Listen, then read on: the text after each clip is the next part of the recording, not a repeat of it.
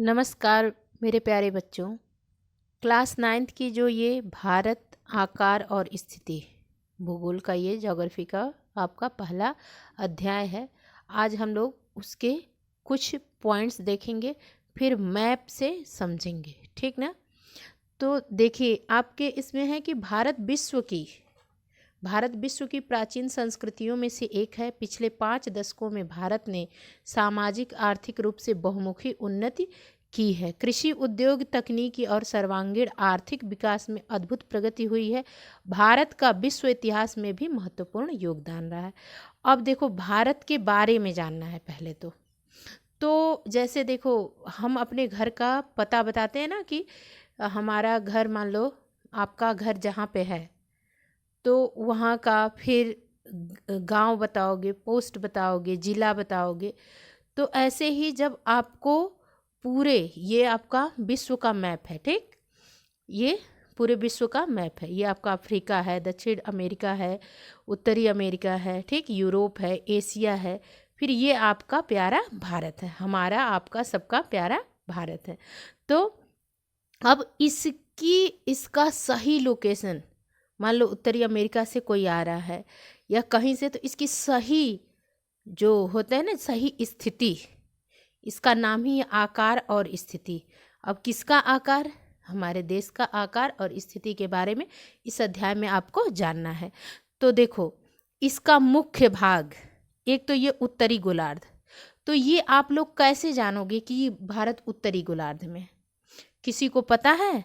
अगर पता है तो बहुत अच्छी बात, नहीं पता है तो हम लोग ये 3 पॉइंट जानेंगे। कौन कौन सा? पहला नोट कर लो कि उत्तरी गोलार्ध क्या होता है, और फिर इसका मुख्य भाग जो है 8 डिग्री 4 मिनट उत्तर से 37 डिग्री 6 मिनट उत्तर अक्षांश, उत्तरी अक्षांश में है ये, और तथा 68 डिग्री 7 मिनट पूर्व से 97 डिग्री 25 मिनट पूर्व देशांतर तक है।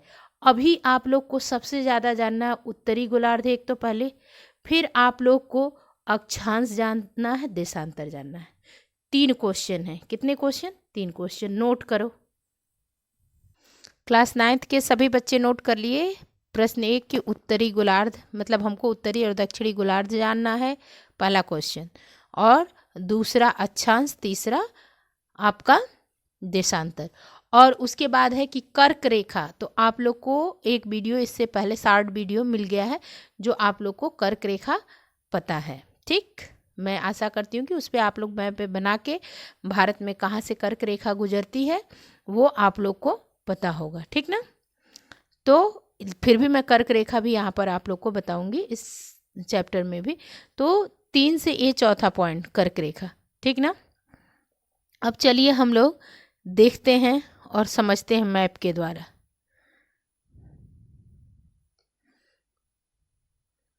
पहले ये देखो, विश्व का मैप है, ठीक। ये ग्लोब है, ठीक ना।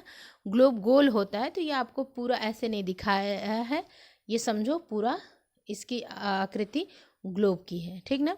तो अब इसमें आपको क्या जानना है? सबसे पहले तो ये बीच से एक रेखा, एक लाइन, जैसे ये पूरा आपका पृथ्वी है, भू है, तो भू के एकदम बीच से भूमध्य रेखा एक लाइन खींची गई। ये काल्पनिक रेखा है, भूमध्य रेखा। कौन सी रेखा? भूमध्य रेखा। तो भूमध्य रेखा ये एकदम पृथ्वी के बीचों बीच से खींची गई, ये है आपकी भूमध्य रेखा, आधा। तो जो भूमध्य रेखा के ऊपर का हिस्सा है वो उत्तरी गोलार्ध, और जो नीचे का हिस्सा है वो दक्षिणी गोलार्ध। आप लोग को मैं बताई हूँ मैप में कि उत्तर क्या होता है, दक्षिण क्या होता है, पूरब क्या होता है, पश्चिम क्या होता है। इसीलिए मैं पहले ही वीडियो आप लोग को बना के डाल चुकी हूँ कि आप लोग को दिशा का ज्ञान रहे मैप में। यहाँ पर भी बता दे रही हूँ, ये जो यूरोप है ये ऊपर यहाँ तक, ये भूमध्य रेखा की ये जो लाइन है, ठीक, इसके ऊपर उत्तर है, नीचे दक्षिण, ठीक। और आपके किस हाथ में? जो दाहिना हाथ है वो पूरब है, जो बायां हाथ है वो पश्चिम है, ठीक। तो अब यहाँ से भूमध्य रेखा के ऊपर है, तो यानी भारत कहाँ पर है? उत्तरी गोलार्ध में है, क्योंकि दक्षिणी में नहीं है, भूमध्य के नीचे रहता तो दक्षिणी। ऑस्ट्रेलिया कहाँ पर है?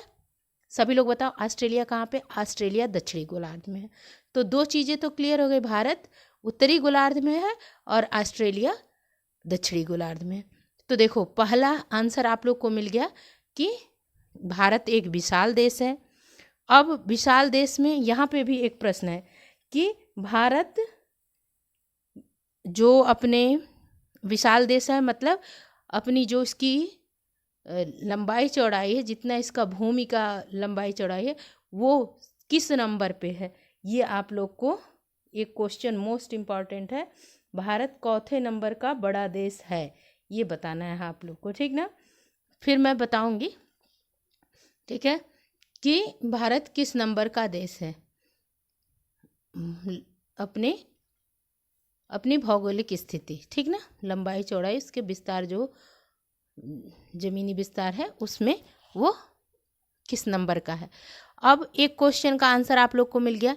यहाँ देख रहे हैं कि भारत उत्तरी गोलार्ध में, क्योंकि ये बीच में कौन सी रेखा यहाँ पर लिख लो, इसको भूमध्य रेखा भी बोलते हैं, विषुवत रेखा भी बोलते हैं, ठीक, जो इस पूरे जो मैप का ग्लोब जो है उसके बीचों बीच से एक काल्पनिक रेखा खींची गई है। अब एक क्वेश्चन तो आप लोग का क्लियर हो गया, ठीक ना। अब दूसरा क्वेश्चन देखिए, अब ये भाग जो है ये 8 डिग्री, अब ध्यान से देखो,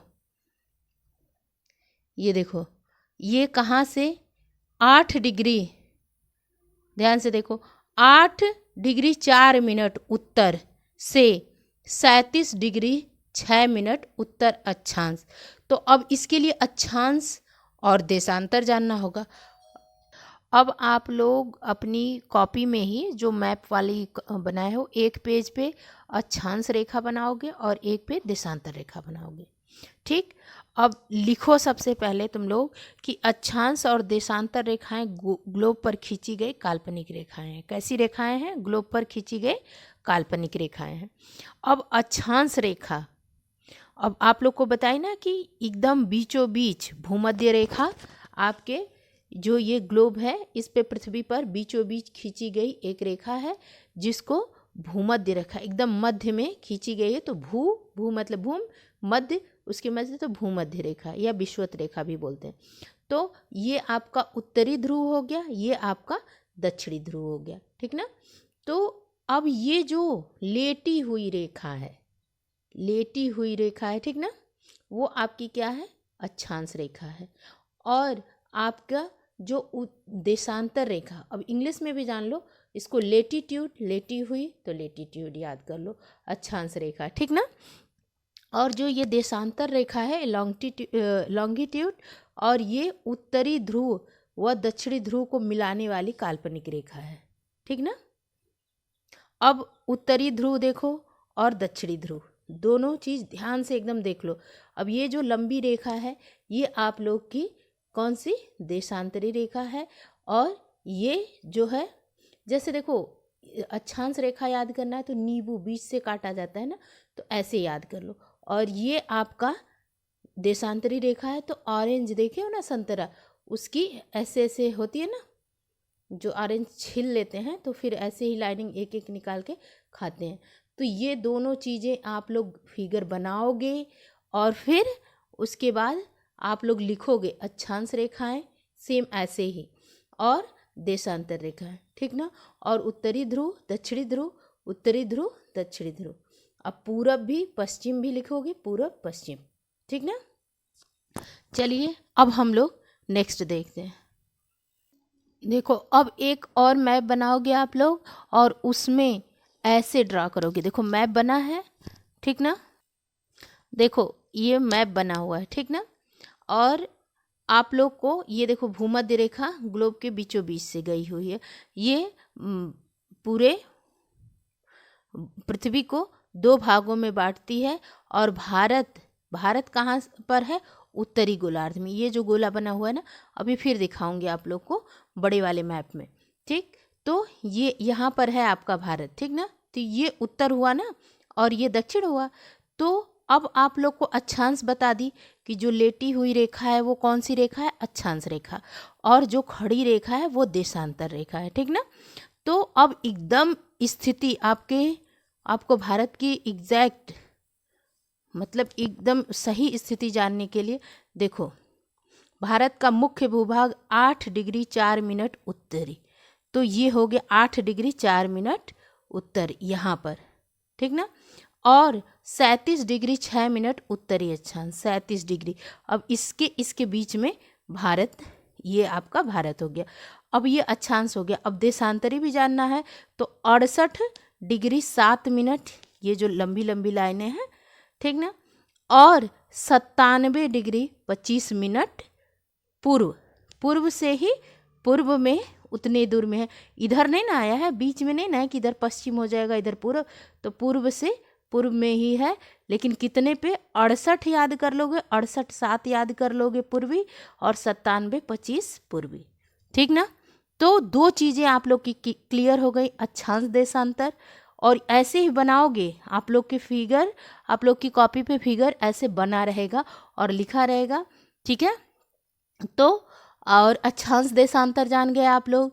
अब आप लोग भारत की स्थिति कितने अक्षांश से कितने अक्षांश तक है, 8 से 37, और देशांतर 68 से 97। तो ये दो चीज़ें तो आप लोग की क्लियर हो गई। अब हम लोग नेक्स्ट देख लेते हैं कि भारत भौगोलिक दृष्टि से किस नंबर का देश है, कितना बड़ा है, ये इतनी इसकी जो लंबाई चौड़ाई है, वो इस हिसाब से भारत किस नंबर पर है, और इससे बड़े बड़े कौन कौन से देश हैं, ठीक ना। अब देखो, भारत का क्षेत्रफल जानेंगे पहले, फिर जानेंगे कि भारत के क्षेत्रफल के हिसाब से भारत विश्व का कितना परसेंट स्थलीय भाग, मतलब उसका जलीय भाग की नहीं बात हो रही है, स्थलीय भाग की। तो अब आप लोग ये देखो, भारत का क्षेत्रफल 32,87,263 वर्ग किलोमीटर, ठीक ना। पूरा क्षेत्रफल इसका 32,87,263 वर्ग किलोमीटर लिख लो आप लोग, ठीक ना। और जो भारत है वो एशिया महाद्वीप के दक्षिण तरफ स्थित है। एशिया महाद्वीप में भारत किस महाद्वीप में स्थित है, ये भी एक क्वेश्चन है आप लोग के लिए, मोस्ट इम्पॉर्टेंट है, ये भी लिख लेना कि भारत एशिया महाद्वीप के दक्षिण में स्थित है। अब आप लोग को लिखना है भारत उत्तर से दक्षिण, उत्तर ऊपर हो गया, दक्षिण कितना, 32-14 किलोमीटर। ये देखो, जैसे ये मैप बना है, देखो आप लोग को कितने मैप बनाने हैं, बना के, और सब लोग, सारे लोग जितने लोग वीडियो देख रहे हैं, वो सारे लोग अपना वीडियो देख के बनाओगे ये मैप और लिखोगे ऐसे ही जैसे मैं आप लोग को बता रही हूँ।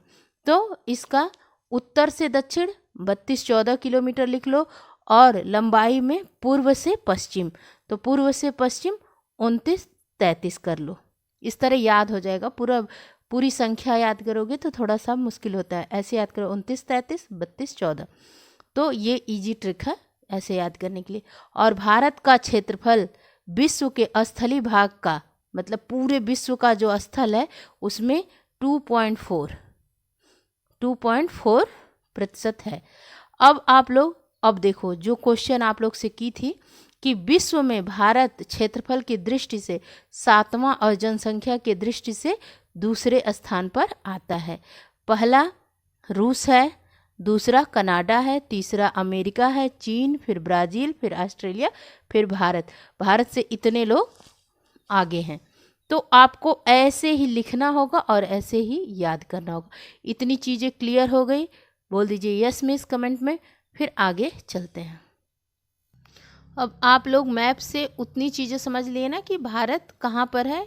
भारत आप लोग को दिख गया ना कि ये उत्तरी गोलार्ध में है, और अक्षांश और देशांतरी विस्तार भी आप लोग अच्छे से देख लिए, और ये पूरब से पूरब के बीच में कितने से कितने देशांतर पे है ये भी आप लोग को पता चल गया। 68-7 से पूर्व से 97-25 पूर्व में ही है, और 8 अक्षांशी पता करना है तो 8 डिग्री 4 मिनट उत्तर में, और आपका 37 डिग्री 6 मिनट उत्तर अक्षांश में, ये आपका प्यारा भारत है।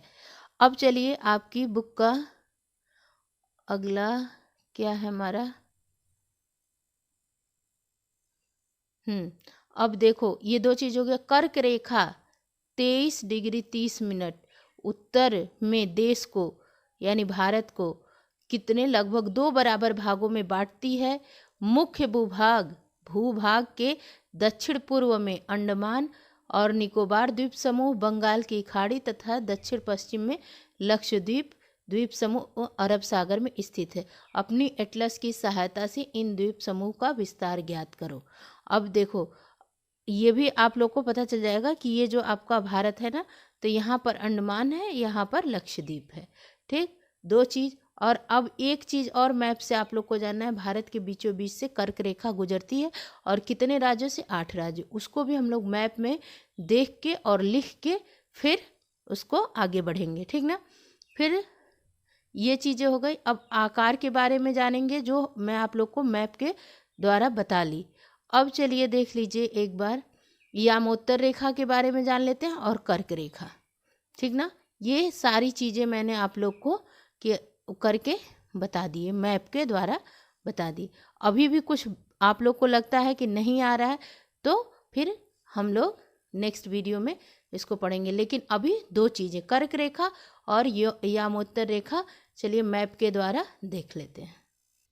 देखिए, अब ये है ना कि भारत के बीचों बीच से कर्क रेखा गुजरती है, तो देखो ये भारत के बीचों बीच गुजरात, राजस्थान, मध्य प्रदेश, झारखंड, छत्तीसगढ़, झारखंड, पश्चिम बंगाल, त्रिपुरा, मिजोरम, ये आपके 8 राज्यों से भारत के बीचों बीच से कर्क रेखा गुजरती है।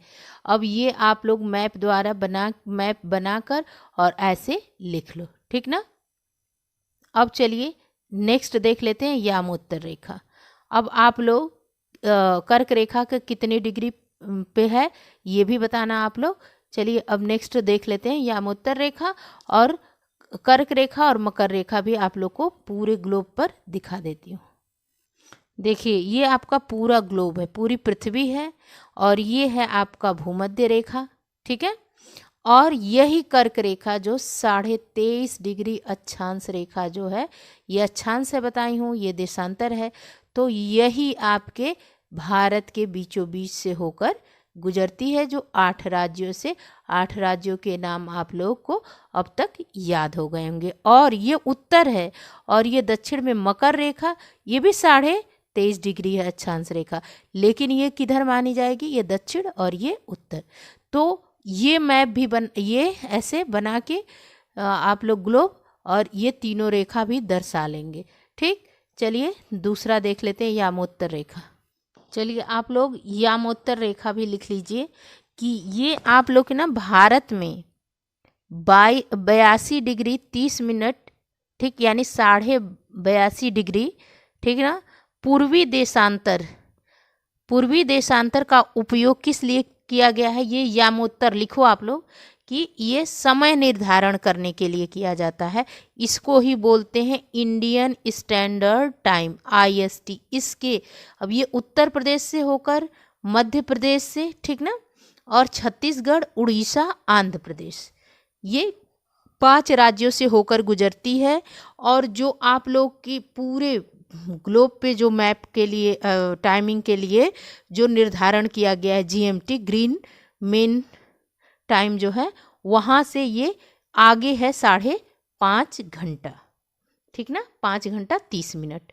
तो ये आप लोग, ये उत्तर प्रदेश इलाहाबाद के नैनी के पास से ये देशांतर रेखा गुजरती है। अब ये मोस्ट इम्पॉर्टेंट है, आप लोग लिख लो। फिर आप लोग के अभी तो जो थोड़ा आप लोग को लग रहा होगा बहुत लेंदी है, लेकिन 2 बार 3 बार इस चीज़ को समझोगे बहुत इजी हो जाएगा, और ये IS के एग्ज़ाम तक आप लोग के काम आएगा। और इस साल क्या 2-3 साल से इसी चैप्टर से कम 4 से 5 क्वेश्चन आते हैं आपके IS और PCS के एग्ज़ाम में। चलिए अब नेक्स्ट देखते हैं। देखो बच्चों, अब आप लोग स्थिति भारत की जान चुके, आकार जानना है आप लोग को कि भारत के भूभाग का कुल क्षेत्रफल का लगभग 32.8 लाख वर्ग किलोमीटर है। भारत का क्षेत्रफल विश्व के कुल भौगोलिक क्षेत्रफल का 2.4% है। ये भी आप हो गया। 7वां बड़ा देश है। कौन कौन सा बड़ा है ये आप लोग ने देख लिया।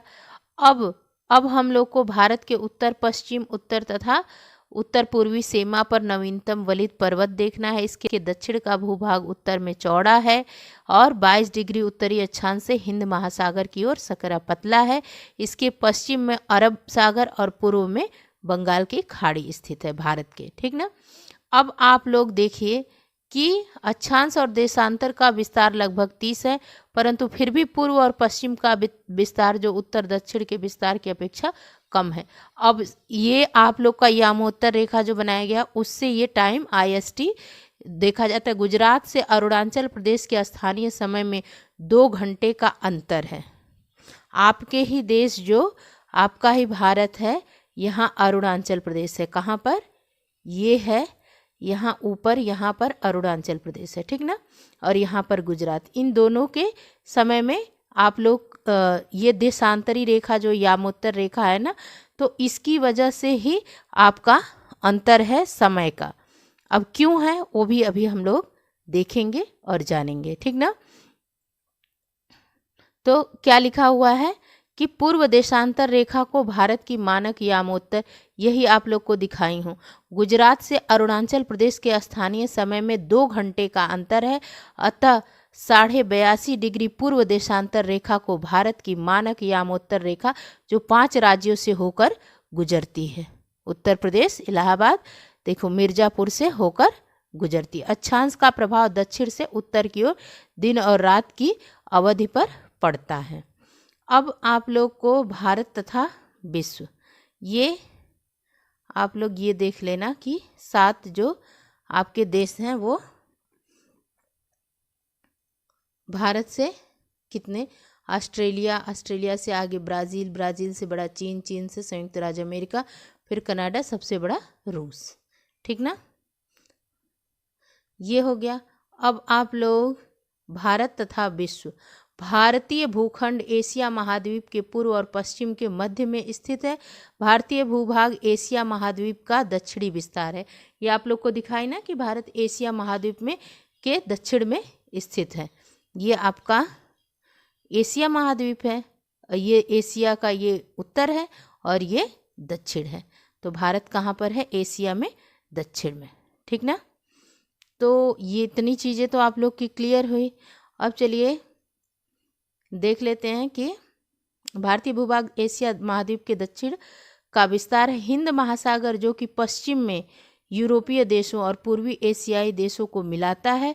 हिंद महासागर देखिए आप लोग, हिंद महासागर दिख रहा है ना, हिंद महासागर भारत से दक्षिण में है, ठीक।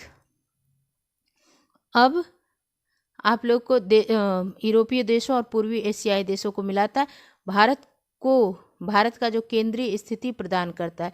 देखिए दक्षिण का पठार हिंद महासागर में शीर्षवत फैला हुआ है और पश्चिम एशिया, अफ्रीका और यूरोप के देशों के साथ साथ पूर्वी एशिया के देशों से भी पूर्वी तट के माध्यम से निकटतम संबंध बनाए हुए। हिंद महासागर में किसी भी देश की तटीय सीमा भारत जैसी नहीं है। मतलब भारत की तटीय यानी जो जली हिंद महासागर से जो ये जली सीमा है ना, वो और किसी देश की नहीं, भारत की ही सबसे ज़्यादा। देखो यहाँ अरब सागर है, यहाँ बंगाल की खाड़ी और ये हिंद महासागर, 3 तरफ से घिरा हुआ है ना भारत, और ऊपर हिमालय है। तो अब हम लोग देख लें, हिंद महासागर भी देश की तटीय सीमा भारत जैसी नहीं है। भारत की इसी महत्वपूर्ण स्थिति के कारण एक महासागर का नाम इसके नाम पर रखा गया है। किस पे रखा गया है फटाफट बताइए? हिंद महासागर। तो देखिए अब आप लोग ये तो देख लिए। अब आप लोग को भारत का विश्व के देशों के साथ संपर्क युगों पुराना है। यह संबंध समुद्री जलमार्गों की अपेक्षा भूभागों से होकर था। उत्तरी पर्वत के दर्रों, तो ये जो आपका उत्तरी पर्वत देखिए, यहाँ अफगानिस्तान, तुर्कमेनिस्तान, उज्बेकिस्तान, ये यहाँ ना उत्तर के यहाँ पर एकदम देखो एग्जैक्ट, यहाँ पहाड़ों, 2 पहाड़ों के बीच के रास्ते से विदेशी भारत में घुस आते थे, ठीक ना। अब आप लोग को इसमें सबसे ज़्यादा ये जानना है कि भारत का पश्चिमी, मध्य और पूर्वी एशिया तथा दक्षिणी एशिया के पड़ोसी देश। अब आप लोग को जानते हैं पड़ोसी देश के बारे में जानना है और पश्चिमी और पूर्वी तटों पर केंद्र शासित क्षेत्रों की संख्या जानना है, क्षेत्रफल के आधार पर सबसे बड़ा और सबसे छोटा राज्य, ये सब लिखते चलिए आप लोग। कौन से राज्य अंतर्राष्ट्रीय सीमा तथा समुद्र तट को स्पर्श नहीं करते। आप लोग को पड़ोसी देश के बारे में पूरा ये पढ़ना है। देखो लिखा है ना भारत के पड़ोसी देश। तो अब ये हम लोग एक इस मैप से जानेंगे। देखो ये मैप है ना आप में बना हुआ है, ठीक, देखते चलो। ठीक, तो अब चलो अब पड़ोसी देश के बारे में पढ़ लेते हैं अच्छे से। तो देखिए आपके भारत के पड़ोसी देश, तो पड़ोसी देश 2 मालदीव और श्रीलंका, ये तटीय मतलब जल से जुड़े हुए हैं। तो इनको लेकर 9 होते हैं, लेकिन उस तरह 7 ही हैं। कौन कौन से? एक पाकिस्तान, यहाँ पर अफ़गानिस्तान है छोटा सा, थोड़ा सबसे कम लगता है, 106 किलोमीटर की सीमा लगती है अफ़गानिस्तान की, ठीक ना। और चीन, नेपाल, भूटान, बांग्लादेश, म्यांमार। तो 1 2 3 4 5 6 7 देशों की, सबसे ज़्यादा बांग्लादेश की, ठीक, और सबसे कम यहाँ ऊपर अफ़गानिस्तान की, ठीक ना। और भारत के कुल 17 राज्यों की सीमा अपने पड़ोसी देशों से लगती है। अब ये सारे राज्य के बारे में भी हम लोग पढ़ लेते हैं, ठीक ना। देखो आप लोग, मेघालय की सीमा सिर्फ बांग्लादेश से लगती है। ये है आपका मेघालय, ठीक, और ये है आपका बांग्लादेश। तो सबसे पहले ये लिख लो आप लोग कि जो मेघालय है इसकी सीमा सिर्फ एक देश से, मेघालय से लगती है, ठीक ना। देखो अब सिक्किम और पश्चिम बंगाल की सीमा 3 देशों से लगती है। कितने देशों से? 3। ये आपका ऊपर भारत के मैप में, ये देखो जूम करने पे भारत के मैप में ऊपर सिक्किम है ना, तो ये चीन से भी, नेपाल से भी और भूटान से। इधर भूटान है, ठीक ना, ये देखो ये सिक्किम है, ठीक ना। तो इधर नेपाल, ऊपर चीन, इधर भूटान, और ये आपका सिक्किम, ठीक ना। सिक्किम का और पश्चिम बंगाल का भी यहीं पर है पश्चिम बंगाल, ये देखो, ठीक ना। तो उसका भी नेपाल से भी, चीन से भी और भूटान से भी। और आपका सिक्किम, सबसे पहले सिक्किम लिखो, चीन, नेपाल, भूटान। पश्चिम बंगाल लिखो आप लोग, बांग्लादेश, नेपाल और भूटान। एक बांग्लादेश से और एक किससे? नेपाल और भूटान, ठीक ना। अब हो गया नेपाल, भूटान और बांग्लादेश से किसका? पश्चिम बंगाल का। सिक्किम और पश्चिम बंगाल के 3 देशों से लगती है। अब नेक्स्ट देख लेते हैं। देखो अब बांग्लादेश से कौन कौन से राज्य लगते हैं? तो 5 राज्य। कौन कौन से? देखो मेघालय भी, ठीक ना, फिर आपके त्रिपुरा, पश्चिम बंगाल, मिजोरम, 1 2 3, आसाम भी लगता है, 1 2 3 4 5 राज्य हुए, जिसमें मेघालय, पश्चिम बंगाल, त्रिपुरा, असम यहाँ पर थोड़ा सा, और ये मिजोरम, ठीक। अब भूटान और म्यांमार से, तो भूटान देखो सिक्किम भी लगता है, अरुणाचल प्रदेश भी, असम भी, ठीक ना, और थोड़ा सा पश्चिम बंगाल, ठीक। और म्यांमार से अरुणाचल प्रदेश, नागालैंड, मणिपुर, मिजोरम। तो अब सबसे ज़्यादा अरुणाचल प्रदेश की सीमा लगती है। तो आप लोग पड़ोसी देश जान गए, म्यांमार, भूटान और बांग्लादेश। अभी आप लोग को अफ़गानिस्तान और पाकिस्तान का हिस्सा बताना है। देखो अब आप लोग का ये पाकिस्तान का है, यहाँ पर तो ये देखो, यहाँ ये राज्य गुजरात, राजस्थान, जम्मू कश्मीर और ये लद्दाख, ठीक ना। यहीं पर थोड़ा सा आपका ऊपरी हिस्सा ये अफ़गानिस्तान से। इधर आप लोग जान गए ही कि यहाँ चीन है, ये नेपाल से, ठीक ना, और यहाँ पर ये भूटान है। ध्यान से देखते चलो आप लोग, ये बांग्लादेश, इधर म्यांमार, ठीक, ये म्यांमार है। अब नीचे जो ये इधर ये बंगाल की खाड़ी और अरब सागर देख लिया आप लोग का, ये यहाँ पर मालदीव और ये श्रीलंका, लेकिन ये तटीय रेखा है, मतलब जल से, जहाँ पर जल है चारों तरफ वहाँ से जुड़े हुए हैं, ठीक। अब आप लोग को क्या देखना है कि दक्षिण में समुद्र पार हमारे पड़ोसी 2 द्वीप समूह राष्ट्र श्रीलंका और मालदीव हैं। भारत और श्रीलंका के बीच में छोटा समुद्री रास्ता जो पाक जलसंधि और मन्नार की खाड़ी है। मालदीव लक्षद्वीप के दक्षिण में स्थित है। ये आपका लक्षद्वीप है और मालदीव ये है। ठीक, तो अब सारी चीज़ें क्लियर होती जा रही है ना आप लोग को। और ये जो श्रीलंका है ये यहाँ पर पाक जलसंधि और मन्नार की खाड़ी। ठीक, अब हम लोग अपने पड़ोसी देशों के साथ भारत के भौगोलिक और ऐतिहासिक संबंध बहुत अच्छे रहे। अपनी एटलस में एशिया के मानचित्र में देखा कि भारत कैसे अलग दिखाई देता है। अब आप लोग इतनी सारी चीज़ें समझ लिए। फिर अब हम लोग क्वेश्चन आंसर जो आप लोग का है उसके साथ नेक्स्ट वीडियो में मिलेंगे। और ये आप लोग सब चीज़ें, ये मानचित्र कौशल, ये सब करवाऊंगी। जितने करवाई हूँ उतने में ही आपका सब कंप्लीट हो जाएगा। लेकिन ये क्वेश्चन आंसर के साथ एक छोटा वीडियो और बना दूंगी जिससे आपका कंफर्म हो जाएगा। चीज़ें समझ में आई कि नहीं आई सारे बच्चे कमेंट करेंगे। ओके, और ज़रूर शेयर किया करो बच्चों, ताकि और बच्चों को भी समझ में आए अच्छे से। धन्यवाद।